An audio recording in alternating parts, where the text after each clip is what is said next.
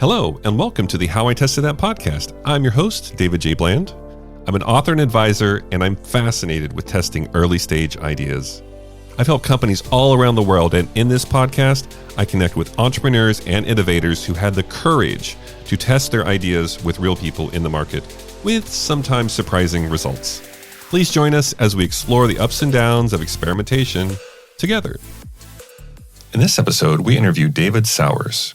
He's the founder of Royal Restrooms, a company that's redefining what a portable restroom can be. What started with a frustrating moment at a festival turned into David challenging a fundamental assumption. How can we elevate one of the most overlooked parts of any event? He walks us through why weddings became their breakthrough customer segment and how adapting designs for different types of events unlock growth. This isn't just about restrooms, it's about challenging stigma, listening closely to customer signals, and innovating in overlooked spaces. David explains how they're testing their way into showers, beverage trailers, and beyond. Enjoy.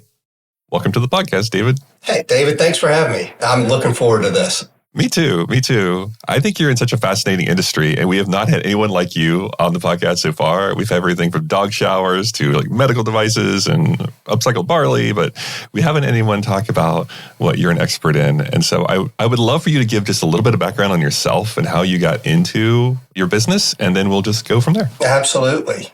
So our business is Royal Restrooms. We provide luxury portable restrooms. We're approximately have 50 offices across the country, and we provide for weddings, special events, sporting events, festivals, even disaster response. A large part of our business has always been elevating that portable restroom experience. So many people have been dissatisfied or just accepted a traditional porta potty as a necessary evil. And our mission has been to change that. It's to, you know what? We all like to go to the bathroom in comfort without anxiety, and we want it to be clean. So why not at any outdoor festival or event have a nice, fully functioning restroom? And that's what we do. So you've been doing this for quite some time, I believe, over 20 years. Yes. At this point. And so I almost hesitate to ask this question, but how did you get the idea for this?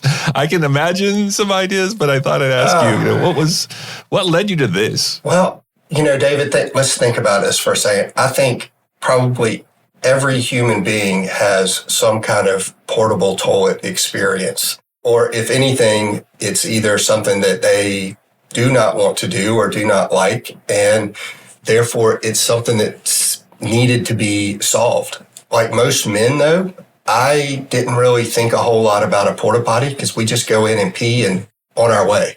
If we got to do something more, you tend to be a little bit pickier about it. But I was at a Shakespeare in the Park festival here in Savannah, Georgia. My oldest daughter was potty training. My youngest was on my hip, and we went over to the porta potty. Stood in line. We got in there. It's dark. I'm trying to maneuver around, trying to figure out exactly what to do.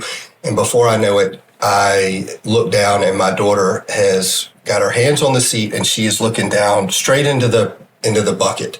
It's like, Daddy, look at all this poop. And I immediately am like, whoa, slow down, stop, don't touch that. You kind of go into that panic mode because not to touch it, but here's somebody that's potty training. It's the first time they've ever been in it. It's kind of a traumatic experience. And until you actually visualize that and think about it and are there, you don't think about it because it's something that you don't care to think about. So I had to put Cece out with a stranger outside, which was already nerve-wracking because, she's a baby. And I hold Stella up over the toilet. And while I kind of shifted and kicked open the door so that I could keep an eye on Cece. And next thing I know, I feel this warm splatter on my leg because I, of course, am holding her apparently too high up in the air, and we're not peeing down, we're peeing directly on me. So I go from frustrated and nervous to angry and just kind of pissed off. I walk outside, there's nowhere to really clean up. I'm looking around, I'm looking at these tents, and I'm looking at the lights and the trees, and I'm looking at the food trailers, and all of this stuff. And then I look over and it's like, man, we have not really put the priority into what is kind of important. We've made the wow everywhere but this part. I ended up leaving the event. I was very upset about it. Went home and measured my half bath in my house. And I was just like, why can't we put a small half bath restroom on a trailer that would be fitting for the 21st century? I mean, we're used to having a real bathroom. I mean, you don't go to a restaurant and then go to a porta potty. They're nice. Hotels, they're nice. It's one of the things that they tell you when you're buying a house. You're going to remodel the kitchen, you're going to remodel the bathroom. So why is it just been the accepted norm? And so I started kind of pushing those boundaries. And I did sit on it for a little while. My business partner, Robert Glisson, was really the catalyst that pushed us over the hump there to do it, to try it, and to make it happen. That's a very interesting, kind of touching story. I think the problem that you experience, it's almost as if it's like, why aren't we just challenging the status quo here a bit? And we are accepting this experience, this subpar experience everywhere, the outdoor festivals and such. And I love that you went back and you started measuring your bathroom. Yeah. like there's got to be a way to do this. This was a long time ago, I know too. And you've been growing this business and you're very successful at it. But what are some of the early tests or ways you started going beyond that measurement of, you mentioned your business partner here too, so maybe he was involved too. Oh yeah. But what were those early things you say, maybe there's something here that I can actually make it a sustainable business, or there's something here? Explain your thought process there, some of the things that maybe you tried. Well, it meant a little bit more to me because I had kind of gone through that experience, and I felt like, hey, if I'm feeling this, other people have got to feel this as well. I mean, I've grown up and I've been to festivals, I've been to sporting events, and even though I was still somewhat young, I was 29, I think. But people always kind of cringed, like, "Ooh, I don't want to go to the porta potty. I don't want to do this." So I knew that there was a need for it. The acceptance part and changing the mentality was something totally different. People thought of the business as a dirty business. They didn't really think of it as something that was reputable. And I think that's totally different because we provided something we labeled it as luxury, but it was really just a real bathroom. But changing that mindset. And so we first targeted solely weddings and, high-end VIP type events because we knew that they would at least pay for it. If you're in a dress and you're in a tuxedo or something, they're going to be the ones that's going to splurge on this. But very quickly after that, people started to realize, hey, I want this. Why is this just now for weddings? Why is it not available at the local nonprofit or the marathon or the Toys for Tots or just anything that is outdoors? So we started expanding. We started being more heavily involved in our community and trying to find that outreach and that, testing that market to see how far we could push it and how much we could change it. And could we make this a viable business, not just some kind of side hustle? Yeah, I like that you started with a very specific situation, like a very specific target. Hey, we're going to do weddings. I had to, coincidentally, I mentored like a wedding startup out of 500 out here in San Francisco. And basically, they had this really interesting model where the bride and groom were the ones subscribing to their product, but then you had all the attendees, and there was statistically a good chance that maybe one or two of those couples were getting married in the next year as well. And then they would come back and they would say, "Oh, I really like that." It was more of like a gifting product. We really like that. We want to use that for our wedding. So I imagine just by targeting weddings for you, people are going, "Oh, wow, they have a real restroom here." Luxury, but quote unquote, it's actually a real restroom. And I want that for my wedding, But it sounds as if they're also thinking of, well, yeah, I had this at a wedding, but can you go do this event for us or something? I'm wondering how much of that was feedback from just starting with weddings? A lot of it. Most of the feedback originally was, "I can't believe that we didn't think about this. This is such a simple idea." And that started changing that mindset immediately. But the event planners, the host, the brides, they were just like, oh, you know what? I got more comments about your bathroom than the ice sculpture. I got more comments about the bathroom than my wedding dress. I got more comments about this. So it kind of, upset the apple cart there a little bit. People weren't expecting that praise. The event planners were not, because it's not something pretty. It's always been, like, oh, we're not going to talk about it. It's the product, it's dirty, it's smelly. We're going to put it way far away. No, this is like a real bathroom. It's got a holding tank. It's not open air. There's P-traps. You're not going to smell anything. It's like a real functioning restroom. We had a lot of obstacles to overcome, but the main one was just that portable toilet stigmatization. But yeah, they got the feedback quicker than we actually did. And because that was the stories that we would get. I can't believe how many people commented on the bathroom. People were raving about the bathroom. They didn't care about the band. They cared about everybody's got to go to the bathroom, and everybody wants to do it comfortably. They don't want to go into something dirty. They don't want to make that. And having that facility, it does. It elevates the atmosphere, and it also allows the patrons, the clientele, to drink a little bit more, eat a little bit more, let loose a little bit more. That's an interesting observation. Yeah, like people are holding back because of the restroom situation. I'm wondering how you prototyped, or how did that first bathroom come to be, of that Royal Restroom? Like, was it just like a flatbed and you got a trailer and you started building up? Like, explain that process to me. Sure. It was basically a cargo trailer with a holding tank on it, and then we used marine and RV products. It's funny, our first few trailers that we built, it wasn't until the finished product and we used it that we had forgot to put a trash can in it. We forgot to put a trash can holder in it. And, we've got everything set up, and then it's like, we haven't actually washed our hands and used the restroom. We've got everything. And then it's like, well, wait a second. Where do we throw the paper towels away?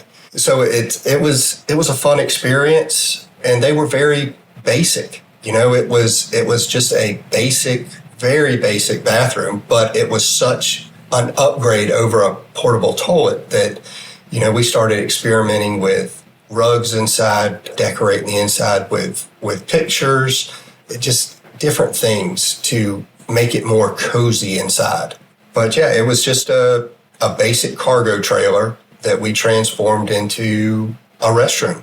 Is this something where you've had sort of some DIY experience or a little bit of, hands-on, or was it you were sketching out what it could be? Because it's really interesting because you talked about also the RV and almost like boating, marine sort of solutions there. Like, how did that process go?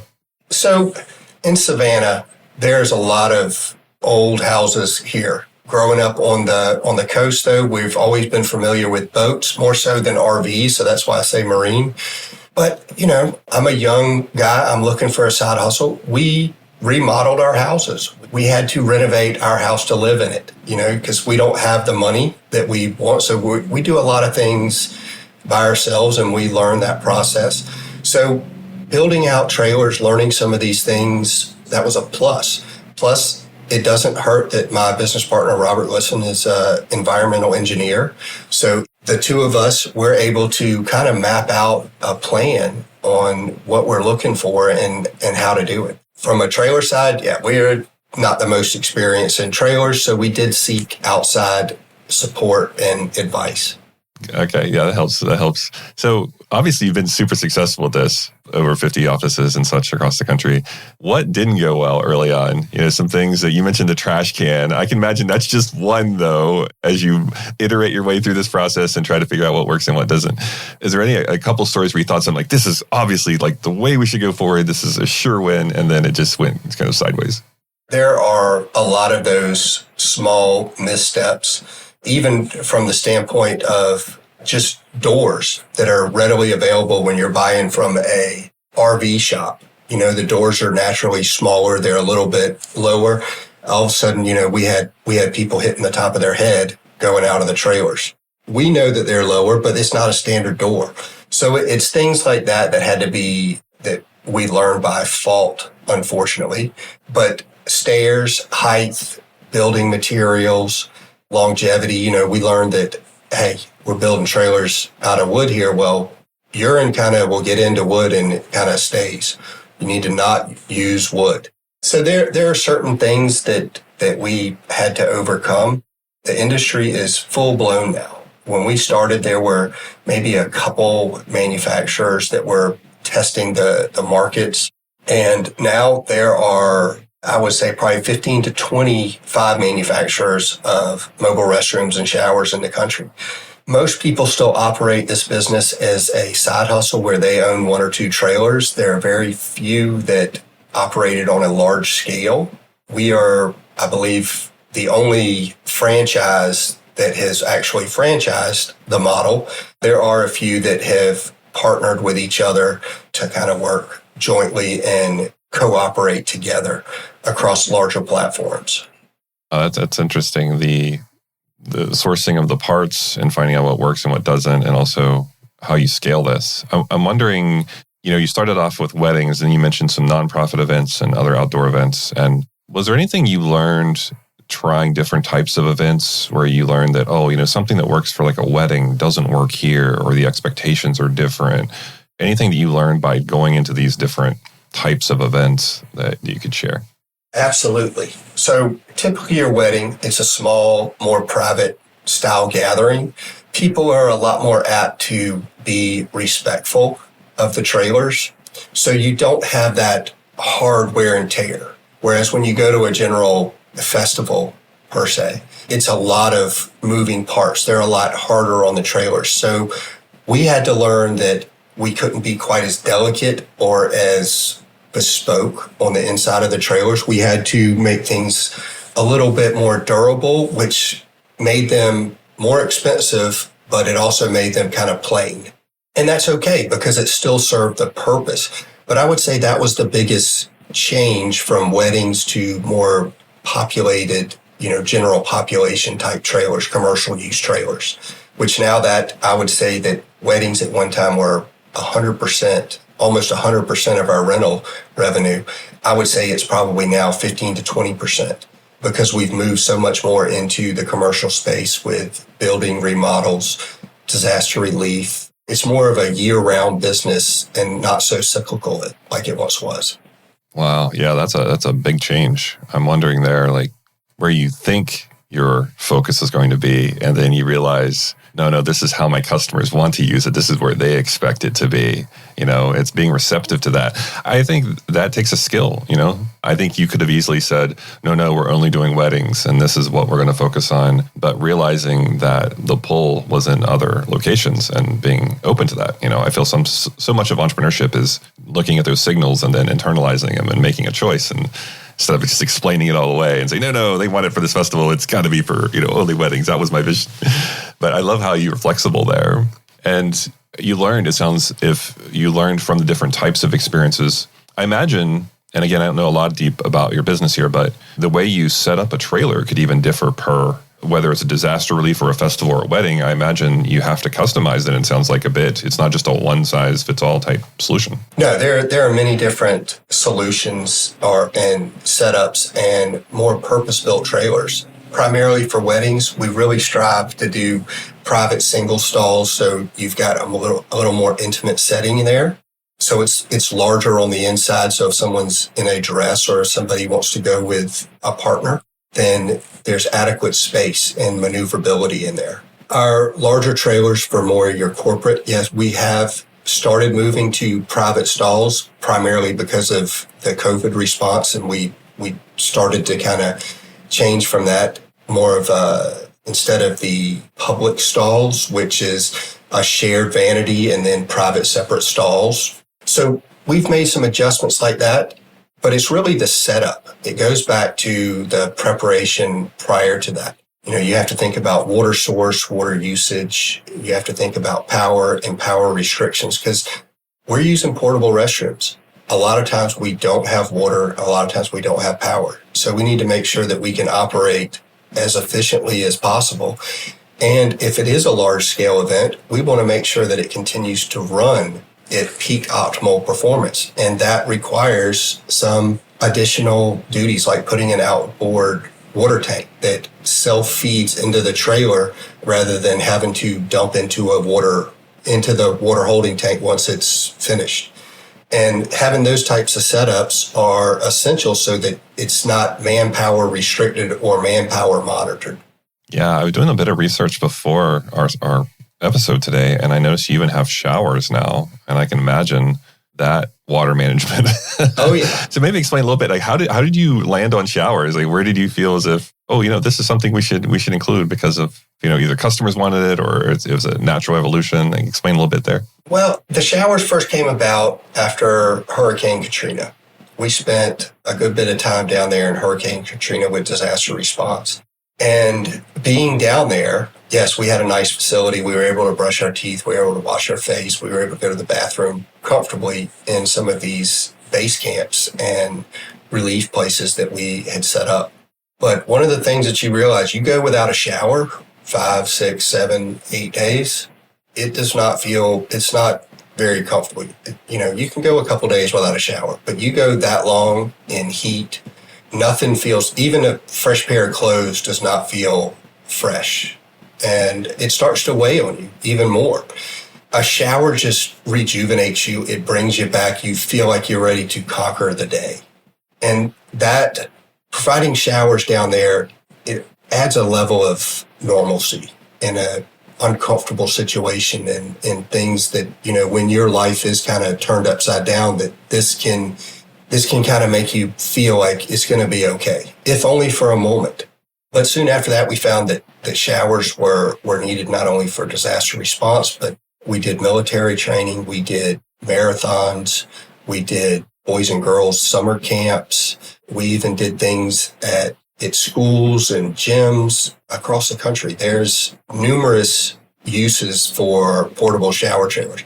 Although they might not be as needed as widespread, they're still needed. No, that's really powerful. I mean, Katrina was such a terrifying event for all of the Gulf, and being down there and giving people maybe a sense of humanity back, when they're really struggling. I think that's very impactful. I'm wondering, so we're fast forwarding now over 20 years, you've tested through all these different things. You've franchised across 50 different offices across the States. What are some things that get you excited, or what are some things that you feel like, I kind of want to go test this? Anything you're comfortable sharing about what you think the future of this is? For sure. All businesses kind of get into that comfortable zone. You're making money. You don't continue to grow. You just saturate yourself in how it is. And it's hard to make those changes, but to keep a business on top, you have to keep that visionary side open. You have to see what is on the horizon. You have to anticipate that. And just like with Royal Restrooms, we've monitored thousands and thousands of events, and we've seen what has happened in San Francisco or New York or St. Louis. We've watched these event coordinators, and we have the ability to bring it all across the country. And some of these things that we've seen are simple things as refrigeration trailers. We're testing out some beverage trailers, even some LED TV trailers. Just not that we're trying to change our entire brand, because our primary focus is restrooms. It will always be restrooms, but we are in the event business. We're not just in the restroom business. So why not? If we can offer another product that elevates their event, why not try it? Why not test it? And it all circles back to restrooms anyways. If we're doing a backyard wedding, they're 99% of the time going to have a bar. Why not provide them a bar trailer that's festive, that looks fun, instead of just somebody popping up a 10 by 10 tent? What about for football games? We have these 10-foot LED trailers that we're not trying to go mainstream, but you know what? We're renting them to golf clubs. We're renting them to neighborhood venues where they're doing tennis tournaments. They're doing movie nights. They're doing their member guest championship. What else are we putting out there? We're putting out a restroom trailer. We're putting out a bar trailer. We're putting out all these different things. You go to a car show, it's the same thing. Refrigeration trailers for supplies and food. So these things have all typically been single sourced by multiple vendors. we're able to provide it in one and hopefully at a lower cost.